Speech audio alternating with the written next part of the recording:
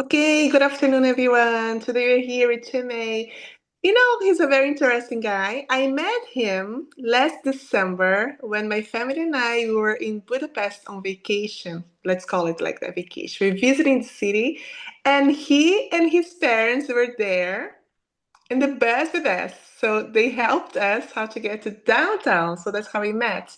He has such lovely, caring parents. I was just like, oh, I'm definitely gonna keep in touch with him and I'm gonna ask him to join us in this program because he's the first Indian ever. And he's very smart. I'm pretty sure he has lots of things to say. And we're gonna enjoy it, that's for sure. Okay, Chimney, thank you for being here. Please give us a little introduction and we can start with the round of questions. Yeah. So thank you for inviting me. My pleasure to be here. My name is Chinmay. I'm almost 23 years old now, and I come from India. Um, uh, I, in India, I live in New Delhi, which is the capital. I have lived there for most of my life. I also lived in a few other cities in India, but have stayed in Delhi for most of my life. I studied computer science there. I did my engineering in Delhi itself. And just after university, I decided to work here in Amsterdam, and I've been staying here for about a year now. I do something related to computer science here as well. So as Simone mentioned, I met her in Budapest. My parents were visiting me in December, and we decided to travel Europe a bit. So we met Simone there, and then I also attended a few sessions. It was very interesting to see people from all over the world be here. So nice to meet you all. I hope I can answer any questions you have about India or otherwise. Yeah.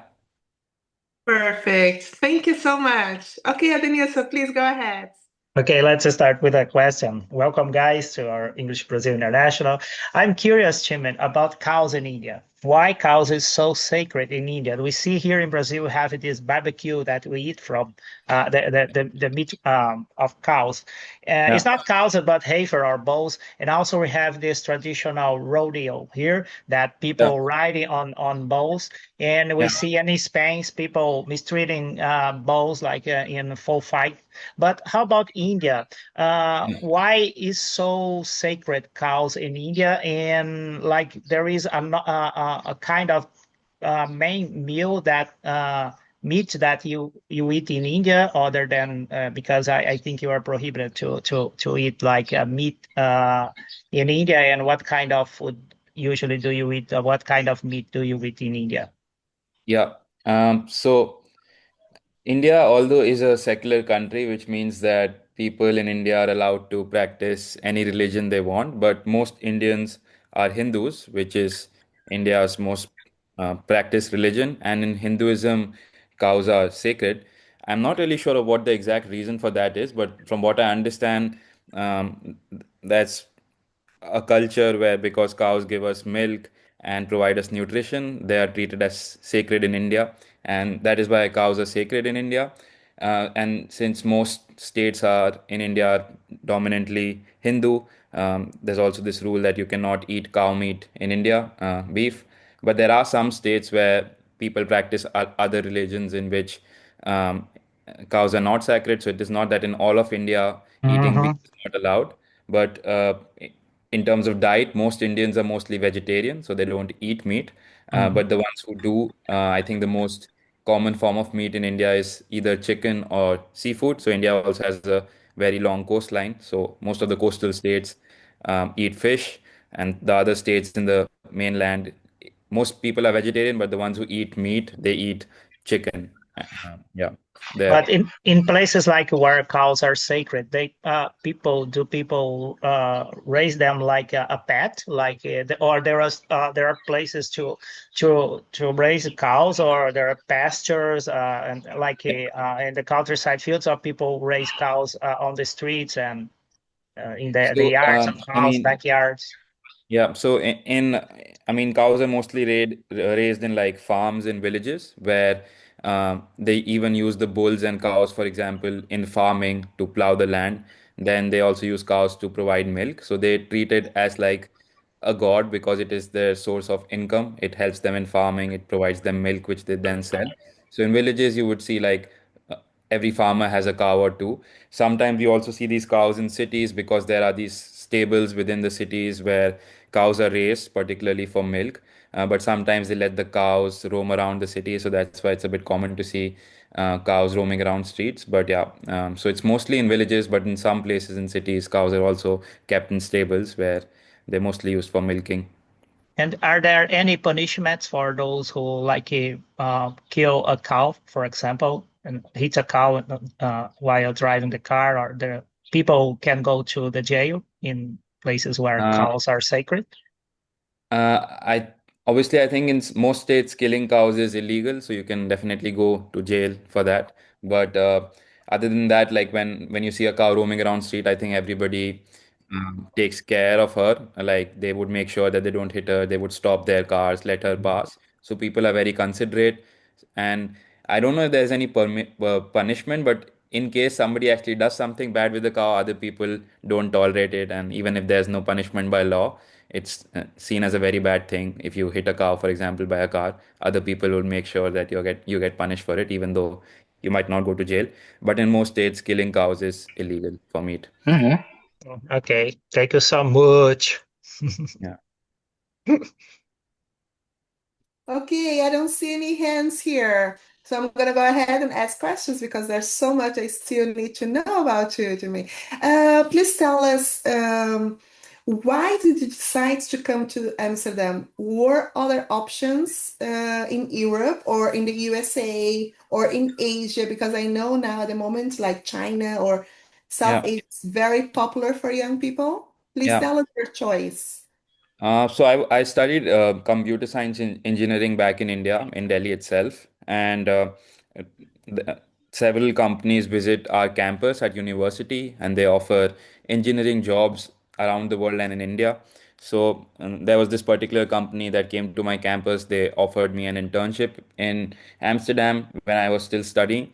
At that moment, I thought it would be a nice experience to travel and work as well. It was a 2 months internship, so I thought I'll try it out. And then I came to Amsterdam for one summer where I did my internship and also traveled around, and I liked it a lot. Not just Amsterdam itself, but the work specifically was quite interesting. So I decided to join the company full time after I finished my university. I think most students in India these days they tend to stay in India because India is growing a lot and there are a lot of opportunities in India. Some of them go to Europe and US as well, not to other Asian countries. That's not that common. For example, people from India generally don't go to China or neighboring countries because the culture is very, very different. They don't speak, for example, English, or their culture is very, very different. So it's generally common for Indians to go to countries which speak English, or so that's Europe and US, Canada. But these days, a lot of Indians also stay back in India because right now India is growing a lot and there are a lot of opportunities in India itself. All right. When it comes to like population, because we know, like as Brazilians, Yeah, it's a huge population in India. And then it yeah, comes to Europe, like Amsterdam. Okay, Amsterdam is very international, but when it yeah, comes to like busy times, like it's really populated in India, and here you see lots of like you don't have to stay in the line for half an hour to grab something to eat or yeah, to thank a car. Can you tell us about that? Because I have a colleague from India. He yeah, struggles a lot here, yeah, also with the weather. yeah. So, I mean, it depends on India is a very big country, so it depends on which part of India you come from. Some states in India are like Switzerland, they're covered with snow the whole year, and they're Oh, very, very cold. There are some states in India where it rains for all 12 months of the year. There are some states where it's completely dry, it's a desert, it's very hot for all 12 months of the year. So it depends a lot where you come from. In that sense, India is kind of like a mini Europe where one state of India corresponds to roughly a country in Europe. So every country, every state in India has a different weather. Where I come from, it's very warm. I come from Delhi, so it has like 2 or 3 distinct season. It stays very warm for 6 months, then it rains for 2 3 months, and then it's cold for 2 3 months. So the weather is extreme, I would say, in that sense. In Amsterdam, for example, I think the weather is much better. It's less extreme. It doesn't get that warm, neither does it get that cold. But one thing that was very interesting to me is that because it's so north, the in the summers you have like sunlight for 12, 13 hours, and in the winters you have sunlight only for 4, 5 hours. Whereas in India, because it's very close to the equator, you have like constant sunlight throughout the year. It's not very dark in the winters and very lit up in the summers. I forgot that you asked something else as well, right? What was your Yeah, it's like about people, like people everywhere populate? in Yeah. India. I But mean, here it's definitely not that. India is very populated, and then you get used to it. So at the start, it feels nice that it's less crowded here in Europe. You don't have traffic jams, for example, on the streets, or as you said, you don't have to wait for things in lines sometimes. But I would say there are also sometimes disadvantages of it. For example, here sometimes shops are closed on weekends. If you want to get a haircut after work or you want to go to the grocery store, they shut down early because there are fewer people working. But shops, for example, in India are open all the time. You can order food at like random 3 a.m. in the night, or you can order groceries and you can get them delivered at home because there's so many people working. So there are downsides and upsides of it. In the beginning, I was looking at the positives, but now I've started realizing that there were some upsides as well in India. So yeah, it's a mixed feeling. Yes, I get it. I understand completely. All Yeah. right, Renato is here with some questions. Hey. Okay, people, good morning. Chinmay, nice to meet you. And I have a curiosity. Since the first time that I've been to Europe, specifically in United Kingdom, I remember that that was the first time was 40 years ago. Okay. Yeah. So I remember that I saw a lot of Indians living there, a lot of Yeah. immigrants. Yeah. I think that, yeah, I got it really impressive. I don't know if the number of immigrants go beyond the expansion, the expectation, sorry, of the United Kingdom government. Yeah. So, how is the situation nowadays? I think that there are some nowadays in every country is creating a kind of restriction for migrants. Yeah. Yeah. But how is working for India specifically in terms of going to United Kingdom? I would not know much about United Kingdom, but definitely maybe 30, 40 years ago when India was not that developed, it was very common for people to want to move out of India. And as I said, because a lot of Indians speak English, they find it comfortable enough to go to a country where the culture is similar enough, they can speak English. So a lot of Indians, as you said, 30, 40 years ago were moving out. A lot of them moved to Canada. So you'll see a lot of Indians in Canada, United Kingdom, and US because these are the biggest English speaking countries. So at that moment, I think the Western governments were particularly lenient towards immigration. They did not see it as much as a big problem. But now I've definitely seen Western countries get more strict in terms of immigration laws because they've started seeing that sometimes it has its downsides as well. I would say for highly skilled workers, it's definitely very easy still. Like I did not have to go through any struggle to come to Amsterdam because I'm working in a relatively specialized job, but it has become much more difficult these days to just move out of the country to a new country. So if you have a particular reason, you're setting up a business that benefits the other country, or you're working in a specialized job that benefits the other country, it's still relatively easy. But otherwise, it has become more difficult. But one thing is that because so many Indians have already settled in these foreign countries and they become citizens of there, sometimes these countries also allow you to bring family members with you. So if that's the case, it helps. But over the time, it has become difficult. And I've seen also people in India tend to now stay within India as well because now India has a lot of opportunities. So it is getting difficult, but depends on which depends on your scenario as well. Yeah, yeah, yeah. Okay, thank you a lot. All right, Joel, all the way from Angola. He's here. Hey, oh yeah, I'm present, present. Hello, everybody. Hi. Hey, our special guest. Hi, Tell nice to me, meet please, Mr. Engineer, what are the skill sets are required for a compute science student first while in college and then as a professional? Could you repeat your question? Did you say what skill sets are required for? Yeah, skill Yeah, set. yeah. So definitely, I would say these days it really helps if you have done a degree in computer science engineering, you understand the fundamentals of engineering and computer science. These days with AI, it has become easier to do programming. Even people with non-technical people can get into the industry. So I would definitely say it helps if you have a degree in computer science, you understand all the fundamental concepts in computer science, databases, networks, or whatever operating systems. So that helps a lot. And I think with AI and the computer science industry in general moves very fast. Something that is relevant now might not be relevant 5 years from now. So as a general skill, the skill to learn itself is very important to keep upskilling yourself, keep learning new things, keep evolving. So once you know the fundamentals and you spend time regularly learning the new things, it's very important. And these days with AI, that's even more important. Otherwise, you'll become like people will become irrelevant very often, very soon. So yeah, is there something specific you were looking for? No, it's great. Well answered. Yeah, So now is a curiosity. What about Indian food? yeah, So as far as I know, Indian food is so spicy. So yeah. is that cultural or what is that? Tell me, please. I think the main reason for that is in there's a lot of spices grown naturally in India. So that's why the Westerners long back in history even came to India because they were looking for spices and they ended up landing in India. So culturally, as a land, there's a lot of spices grown in India, and I guess that's the reason why Indian food is that spicy.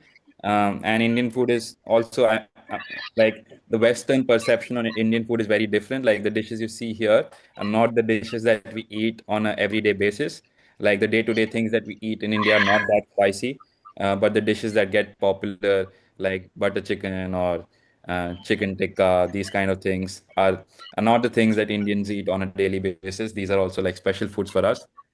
So yeah, I think the main reason they're spicy is that because a lot of spices grow in India, and then it's become common, and we get used to it. So now when somebody's used to spice, it's very hard to not eat spicy food. Sure, sure. Yeah, that's it. Thank you. That Yeah, is so true, Shime. What you say when you talk about like spices, yeah, like in Brazil, when I was born and raised there, I was not used to spices. Then I started to eat, and now I need spice food yeah, everywhere, you know. And then yeah, also with Belgian food, sometimes I add some Tabasco on it just to have yeah, that flavor. yeah, yeah, It's really true what you yeah, say. You kind yeah, of get addicted to yeah, it. As I don't see any hands, I'm gonna ask you something about it's. I mean, if you don't feel comfortable, you don't have to tell me about it. We can talk yeah, about something else. But I mean, I've met some Indians when I was working on a cruise ship, and I remember that for them, there was no choice when it came to marriage. Like they had to respect their parents' choices to yeah, have arranged marriage. It's yeah. something that changed now, or is it still the same? It depends on the region or the religion. Is this Yeah. something comfortable talking about? Yeah, sure. I would say I think one thing with India which might not be as obvious to people from outside is that like India has so many people and everybody comes from a different culture. So people living in cities behave very differently. People living in villages behave very differently. So people of different religions behave very differently. People of different states behave very differently.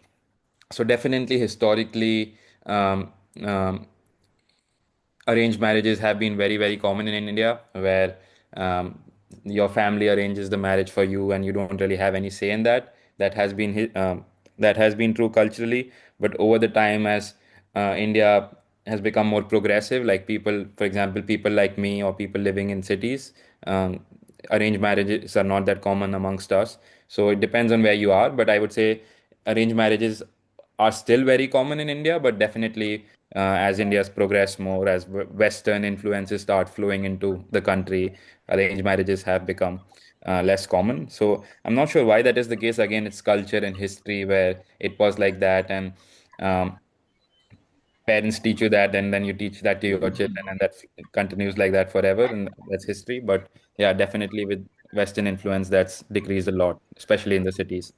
But in the villages, the situation is still the same. Mm-hmm. When it comes to you particularly, would your parents mind if if you fall in love with a Dutch girl and you stay in Europe, or they would rather have you back? My parents specifically, Yes. I would not say they would mind. They would not mind, and they would be happy for with whatever makes me happy. But I would say they definitely would, if given the choice, they would definitely prefer somebody from What to India. look like. Yeah. Yes. Yes. Yes. Okay. Thank you so much. Jenna, please. Hey, good day, good afternoon, good morning. I don't, or good evening for you, I think, is over there. Uh, I had a question. In the past, India had a class system. Is that still much influence in that from the past from a class system if you want to level up in society? Yeah.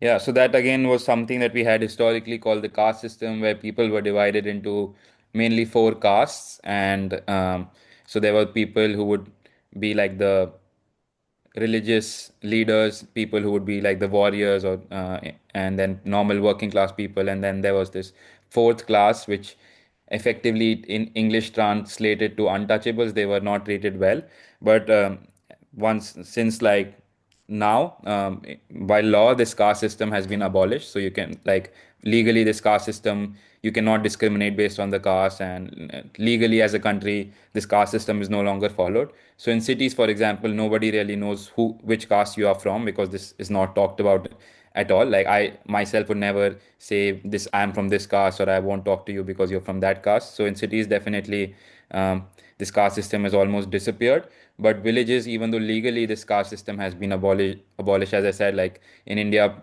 people from different regions have are very different, right? So the nature of this in the city would be very different from the nature of this in the village, and it's very difficult to break this system in villages where it's engraved into the culture. So in cities, definitely it's been abolished. In villages, also the importance is decreasing with time, but it definitely exists. So in past, we also had this rule that, for example, if you're a farmer, your son can only become a farmer and nothing else.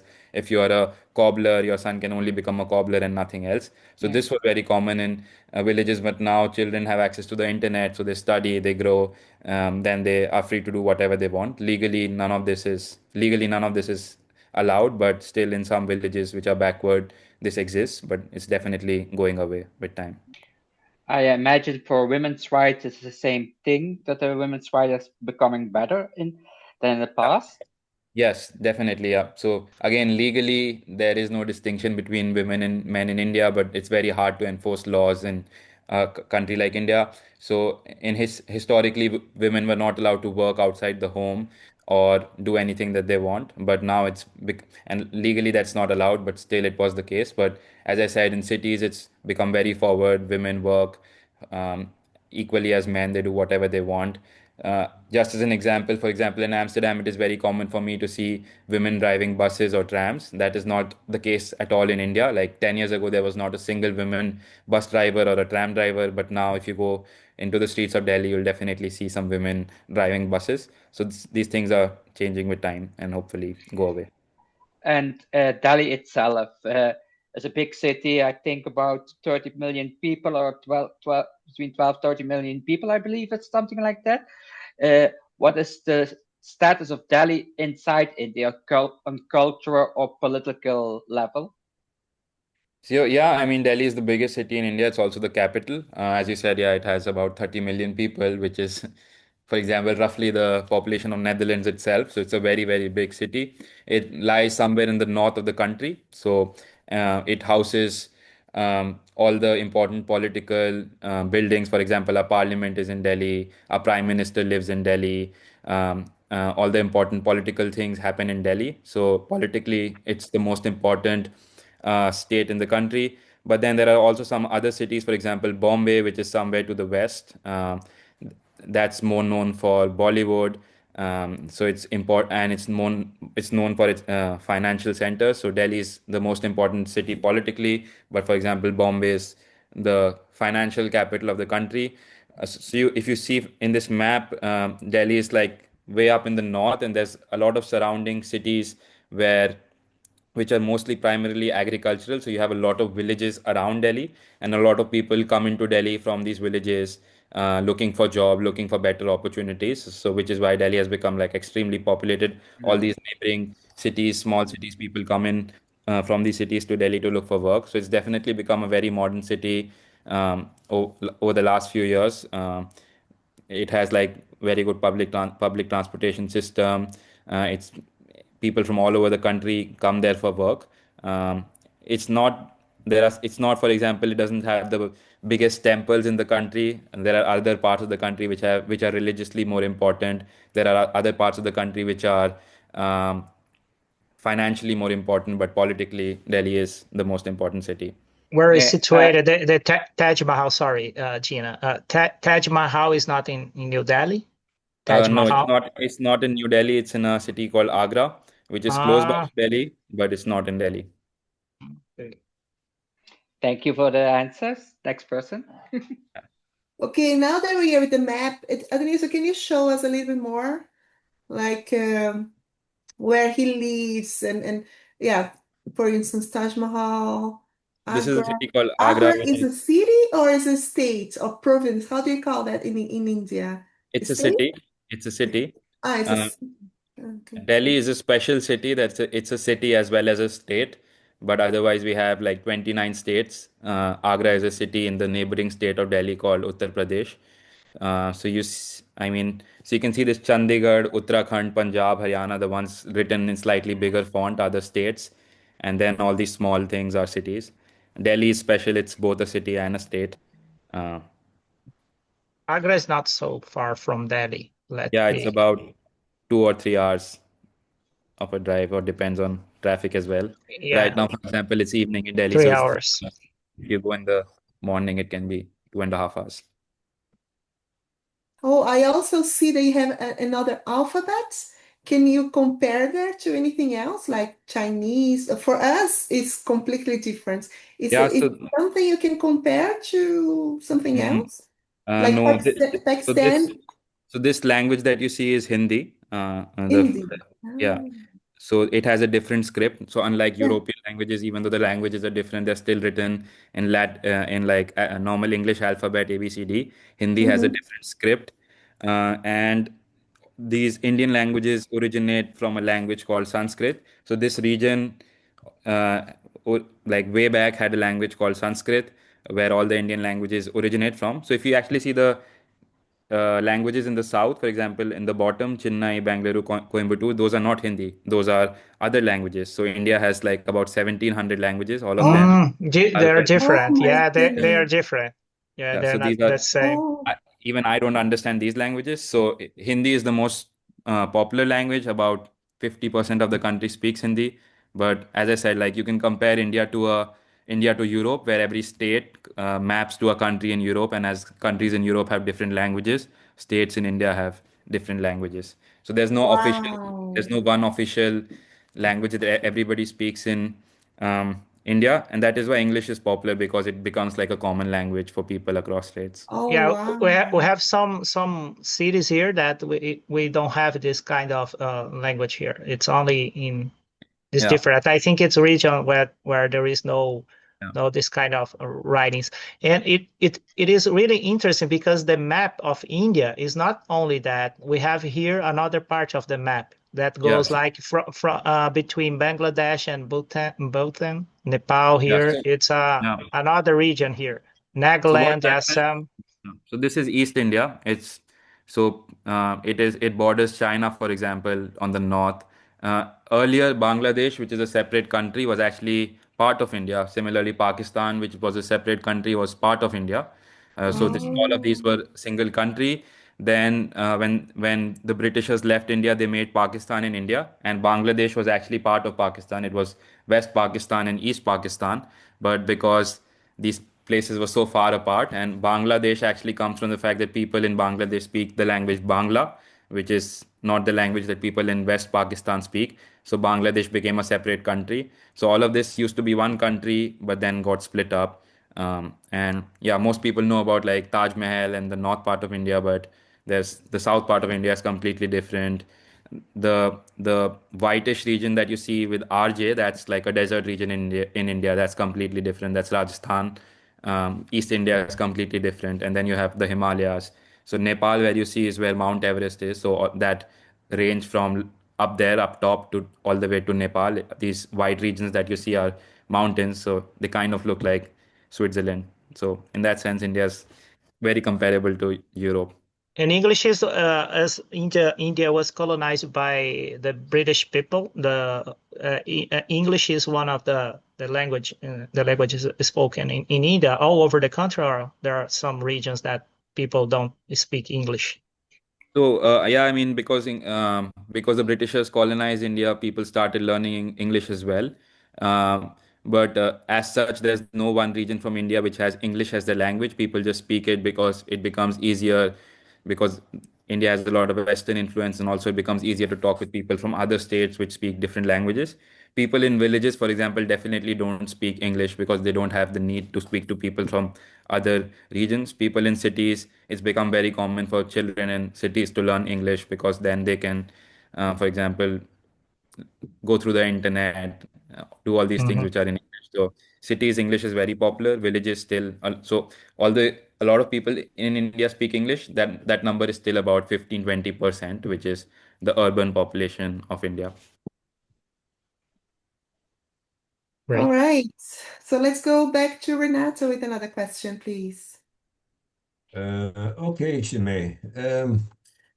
It's a curiosity because Brazil and India have some similarity in Yeah, terms of politics, in terms of challenge, because you live in a country with a geographic area of 3,287 square kilometers. Brazil has 80,200 square kilometers, but you have a population of 1,400,000 yeah, people living there, and Brazil has 2,000 to Fine. 2,000 million people living here. Okay, yeah, so but you have they have we have the same problem.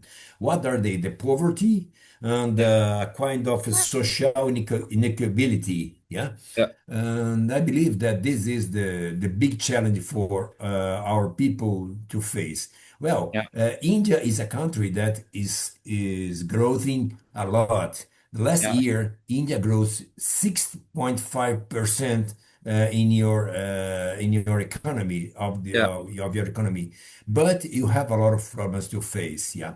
yeah. So I believe that how is the government dealing with this kind of or managing this kind of problem, this kind of Yeah. situation? Honestly, it's just the fact that India as a country exists to me is surprising. For example, you talked about Brazil being a very large country, but from what I understand, all people in Brazil speak the same language or are very similar. But in India, as I said, everybody speaks the different language. People are very different from each other. So just Yeah. the fact that India as a country exists in itself is still exists. I would have expected states demanding like separate countries, and India as a country would just break up into different regions, but that has not happened yet. So it's a surprise to me that India has been a stable country. It has been a democracy for the last 80 years now. So it's very surprising that India as a country has existed despite all its problems. It still is growing. So definitely there's a lot of poverty, illiteracy, lack of resources, and it's very difficult for the government because the government will be from one particular political party which comes from one particular region, but people from other region are completely different. So how does one single political party govern over the whole country, which is so diverse? So definitely India has its problems. But I would say it has been making progress slowly. So over the last 20 years, India has moved from somewhere like 12th or 13th in world economy to recently India surpassed Japan to become the fourth largest economy in the world. Defense-wise, India has now, I think, the third or fourth strongest defense in the Yeah, world. So yeah, India has been growing a lot. Definitely, there are a lot of problems. One thing that I feel is surprising that even though the economy is growing, the rich are becoming very rich, but the poor are not being uplifted. The government does focus on basic things for now, like education and making sure everybody is educated, making sure every village has clean water yeah, and electricity, every village has a hospital. So we have made a lot of progress, but definitely is a slow thing. With like such a big democracy, it's a slow process. So I've yeah, myself yeah, seen a lot of progress, but definitely there's a lot more to do as well. yeah, yeah, yeah. Okay, it's very curious for me that. Okay, Yeah. thank you. Yeah. right. Before we go ahead with Janice, I have Gladys who has a question as well, but his hand is down, lowered. Okay, Gladys, are you able to use your mic or?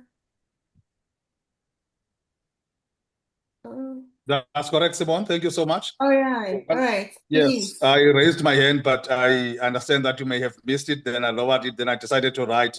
Nonetheless, when visiting India, similar to South Africa, when visiting Cape Town, one of the most deadly and dangerous areas is the Cape Flats, where most of the tourists have actually died. They were ambushed, they were killed because it's closer to the Cape Town International Airport.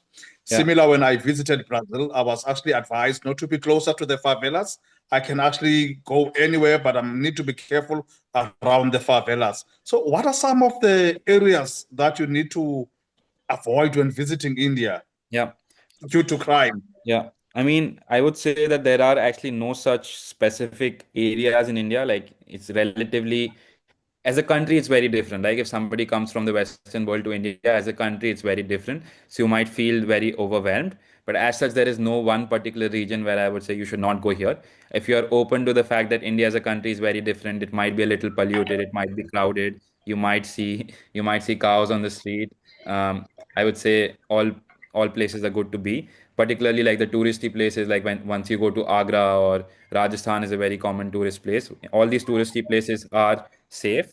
Definitely, if you go to some place which is not a tourist attraction, if you go to small villages in India, it might not be safe because there are not a lot of tourists there. But I would not say there's any region that you should avoid. Definitely, it can be challenging for someone coming from a different part of the world to India where life is very different. So if you are open to that, there's nothing I would say you have to avoid.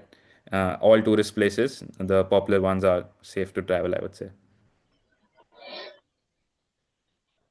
Wow, surprising, because it's a big country, and then usually in all these big countries, here's Yeah. cities, there's always places they have to watch out, but India is peaceful then. Okay, Yeah. Janice, please. Okay, I hope my connection stays because I already lost like 10 times my connection today. Uh, you have a big population, like you say, in India, but what I understand is that most of the population, like 90%, lives in the north, in the river delta where you live. Yeah. So that's true. I would not say 90%. So if somebody could open the map again, there's a river called the Ganges, which is India's biggest river that flows through that region. And because of that, that region is very fertile. So you can do a lot of farming there. And because of that, people started making cities around the river in several places in the north. And that is why the north part of India is quite densely populated. The Delhi, for example, also has a river called Yamuna flowing through it. Historically, people started making villages around these rivers, cities around these rivers, and it became that part of India became like the most densely populated part of India. I don't think it's 90%, something more like 70 or 60%. But yeah, so that part of Yeah, India is definitely most populated. because I have a map over here on my screen, but Yeah, you see actually with the population density and really the whole part where the river delta is like over 1,000 people per square kilometer or something like that, and yeah, then you have a little dots over, especially at the coast from bigger yeah, cities, but for the rest, the country is very sparsely populated, yeah. so if That's people, the main reason is the fact that that part as a agricultural land is very fertile. It has a river. Other yeah, parts of India have deserts or a barren land. They're not that easily inhabitable, but we also have like big cities in the south. So it is historically been the most densely populated, and people keep coming here because there are more opportunities. But it, yeah, that is, yeah, that's in principle, it's like some people already say, like you have a lot of common like Brazil, where yeah, Brazil also have like the coastal regions is populated, but yeah, if you go inwards, it's a big country, but nobody lives there actually. So yeah. Chinmay, is it true that people throw dead bodies in the Ganges River? So it's again, it's a religious thing. So in, for example, in Christianity, when somebody dies, you bury the bodies. In Hinduism, when somebody dies, you don't bury the bodies. you burn the bodies so that they turn into an ash, and then you put that ash back into the river. And the philosophy is that that allows the human body to decompose easily back into the nature. So it's a historical thing, like it's a religious thing where in Hinduism, which is, as I said, the most popular religion in India, it's very common and it's believed sacred that everything that your body took from the nature, you give it back to the nature. So you burn it. Some things go into the air, and then the ashes you immerse in the river. Again, it's not great because it does pollute the river, but religiously it's believed to be like the sacred thing where you burn the body after death and put the ashes back into the river. Great. All right, Janice. Haiti in Brazil, please, please, please. Hello, Chinmay. Hi, nice to meet you. Thank you for your presence. Um, we know that India has a very huge population. So, how is the job market react to this immensity of people in India? How is the job market in India today? Yeah. So definitely, as I said, because India is growing a lot, there are a lot of opportunities. But like, so the one problem with India is, for example, when you compare it to the Western world, let's say if you see the difference between the salary of a software engineer and somebody working in a supermarket, let's say as a part-time job, that salary gap would be, let's say, 8 to 10 times. But in India, if you compare the salary of somebody working as a in an engineering job versus somebody working at a supermarket, that salary gap could be as large as 100 times. So the job, like salary disparity in India is extremely high because there's so much labor available. The labor intensive jobs like carpentry or farming or working in supermarkets or these kind of jobs, working in defense, these are are not paid well. There are a lot of jobs, but they don't pay that well.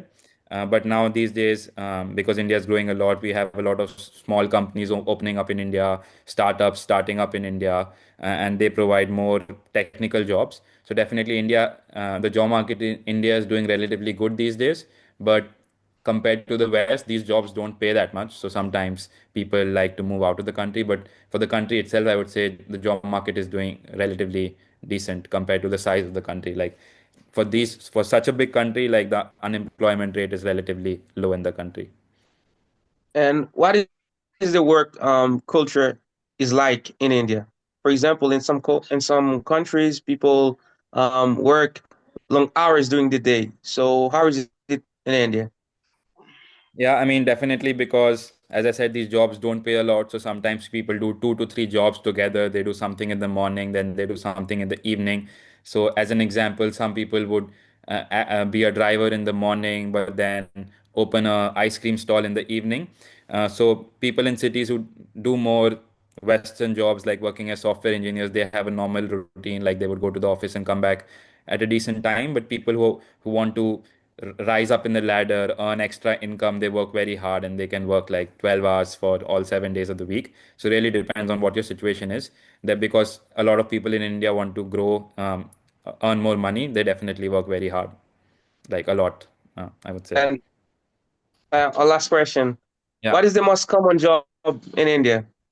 Most common job, I think, still is agriculture. So even I would say most people in India still practice farming, where they have their land in villages. They in different seasons grow different grains and vegetables. Farming is still the most common. Gradually, people are moving more towards the services sector, like IT and jobs like that. But still, I think farming is the most common job in India. Okay, thank you. Yeah. Great questions, Dennis. Glad to see you here. All right, Rodrigo Benny, all the way from the Amazons. Yeah, Hey, special for you, Chinmay. yeah. I want to know about land distribution in India because Yeah. there are huge population. You told about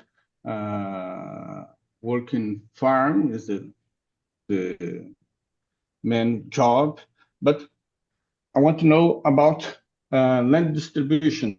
If there big farms, very rich owner of land that have a kind of control Yeah. in population around the farm like this.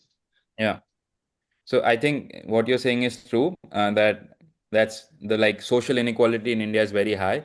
So although as I said, India has like one of the largest economies in the world now, very few percentage of people actually contribute to that. So for example, there might be a village, everybody in that village is a farmer, but not every farmer owns their own land.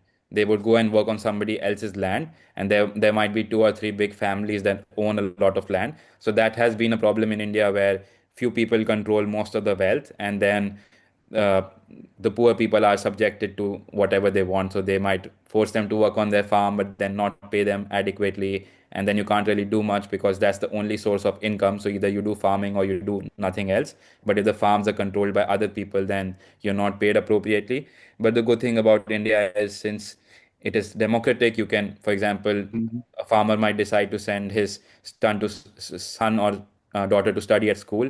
Then that son or daughter might end up going to the city, working in a big company, earning a lot of money, and then that son or daughter might send that money back to the father in the village, and then he might buy his own land. So everybody has the opportunity to progress, but definitely historically there have been a lot of inequalities, and people who are in the lower part of that equation, they try to work hard and get out of it. But definitely that's a problem that even in cities there are few big business families that own most of the businesses, but there's nothing stopping anybody from coming like starting their own business. It's hard, you have to find the money to do that, but that's definitely a problem in India. In your opinion, this relation is how can I say, is a thin line between work relation and slave relation. I believe that in Yeah. this big farm, there are Yeah. families that control the Yeah. land. Yeah. You think this relation is more next to Yeah. slave than work Yeah. relation? I mean, if you force me to put it in one of these categories, I would say there are a lot of villages where this relation is closer to slavery, even though I would not want to use that word. But Oh, as I said, legally none of this is allowed. So people are free to not do this, look for better opportunities, study, look for better jobs. So definitely it is problematic in some villages, but the situation has been getting better. okay. Thanks. Thank you, Yeah. Bernie. Okay, Joel is back with another question. Now I'm curious. Oh, yes. Now let's talk a little bit about the economy. Yeah. What is the main income source in India? And this does these resources are well distributed among the citizens?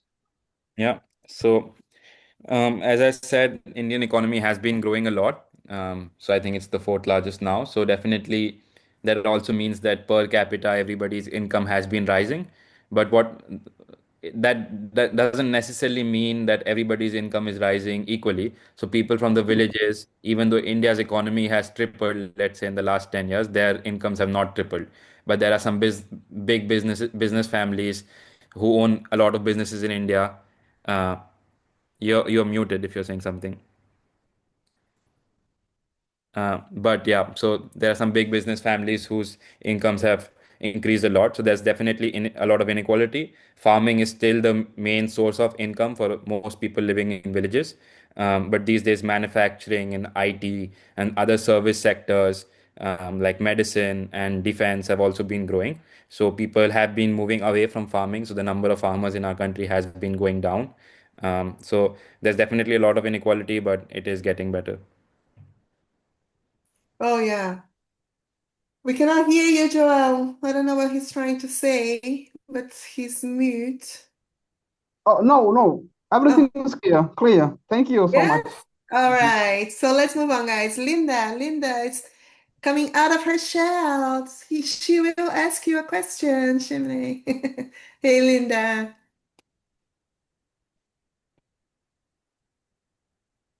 Oh, Hi, all right. everybody. Hi, hi. You explained, nice to meet you, Chinmay. You explained that the food we know from India is not the food you eat Yeah. regularly. What is the common Yes. food you eat every day? So I mean, I can maybe show you pictures, but lentils, for example, which we call dal in Hindi, is very common. I don't know if you know Just them. wait, Chinmay, we're gonna ask Adenilson to share it because Yeah. it's kind of important for us to know. I think the main dish is also rice. Yeah. No? So we eat rice with, uh, so if you search All for right. dal, All right, let's see. Let's see. yeah, So what, D A can you double L, spell it? D A double L, D for dog, double L. Yeah. I mean, you see it there, dal food. And if you go to images, so these are these pulses which you then make some sort of curry out of it. So these yellow things. So this is very common. Like people eat this with rice a lot. Then people make like dishes out of vegetables a lot. So like for example, they'll take potatoes and capsicums and put spices into it and make a dish out of it. So meat is not. So this is, for example, people when you go to an Indian restaurant, you'll eat maybe something like chicken tikka or paneer butter masala or something like that. But that's not what people are having on a daily basis. So this, I would say, is the most common food in India. It's like the daily lunch that people have. I mean, it's not as good as chicken tikka, but yeah. But Okay, it and in the is like morning? all these, oh, sorry, Linda, but these colors, Oh, no. it is really like come from the ground, all these different colors, or they Yeah. manipulate somehow? No, these are actual, like, no colors have been added to this. They look like this. Wow, there's so many Wow. options. Yeah. Sorry, Linda, you wanted to No, continue? no. And what did you eat in the morning? Is it also rice or No, it's not rice. So there's some, like, it depends on which part you are of the country you are from. So like in South, the breakfast is different compared to the North. But like I'm from the North and we eat a dish called parantha. You spell it as Parantha.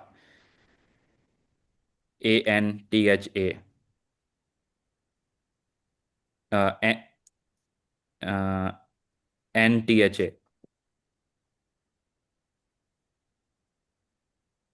And if you just add India after this and search, you will.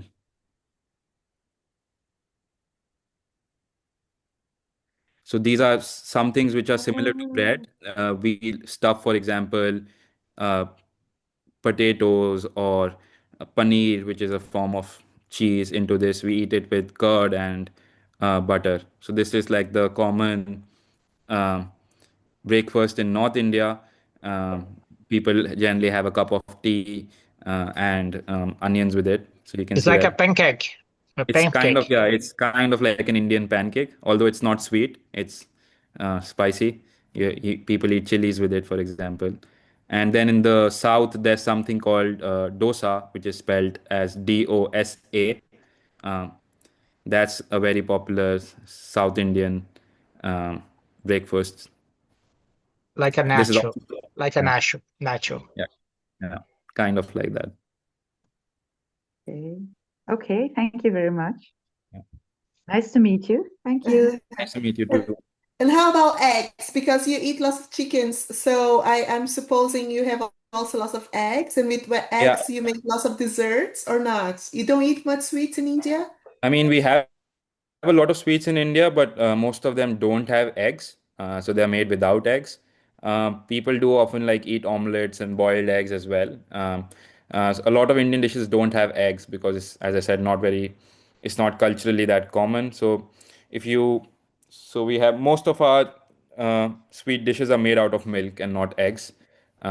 If you search for Indian desserts, you'll, I think, get a good variety. But yeah, we don't use eggs a lot. People eat it as in like omelets and otherwise, but it's not a common ingredient in like Indian food. Most of these things are made like with milk and um, sugar. Yes. It looks really nice though. All right.